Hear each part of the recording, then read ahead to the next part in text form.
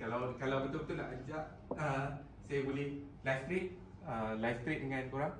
Tapi kalau maksudnya saya tak beli, maksudnya tak boleh masuk lah. Habis kalau saya masuk, tak adalah untung besok. Mungkin untung dia dalam ambil masa seminggu, mungkin 5 hari. Tapi so far penggunaan Akiva daripada bulan 8 sampai bulan 10, saya tipu sikit lah. Saya lost 2, saya untung 10.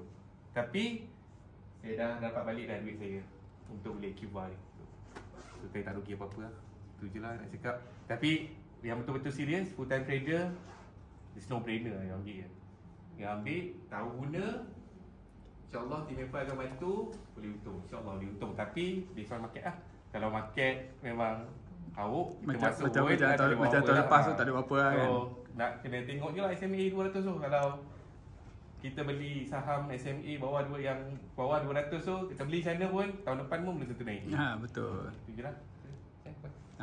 Soalan? Ada soalan tak? Alang-alang. Berapa modal yang awak ni? Modal? Apa modal? Modal beli ke?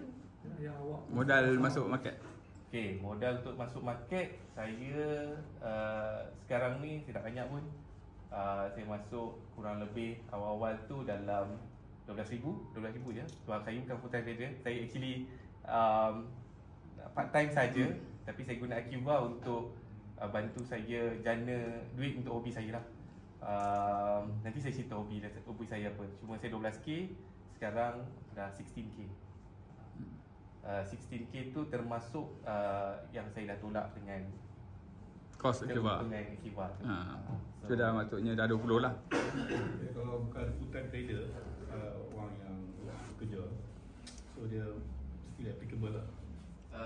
Macam saya kerja, saya ada on call. Saya ada saya ada shift juga. So saya akan masuk pagi. Kalau saya masuk pagi, obviously saya tak nak tengok saham tu awal-awal pagi. Sebab saya pun tak boleh tengok sebab saya nak kena round pagi tu. So saya akan masuk petang. Usually selepas waktu rehat lunch hour tu lah, saya nak tengok dekat Akiva saham mana yang berpotensi untuk naik.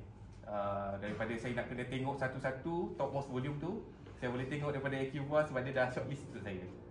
So daripada saya akan masuk petang dan jual keesokan pagi. Ataupun tunggu je TFI. Tunggulah sampai dia naik ataupun tunggu TFI lah. Tapi TFI tu actually datang daripada Akiva juga. Ataupun ada satu benda yang saya belum cuba saya akan cuba korek belakang ni. Ada certain TFI tu dia bagi tanpa Akiva. Tu memang pelik sikit.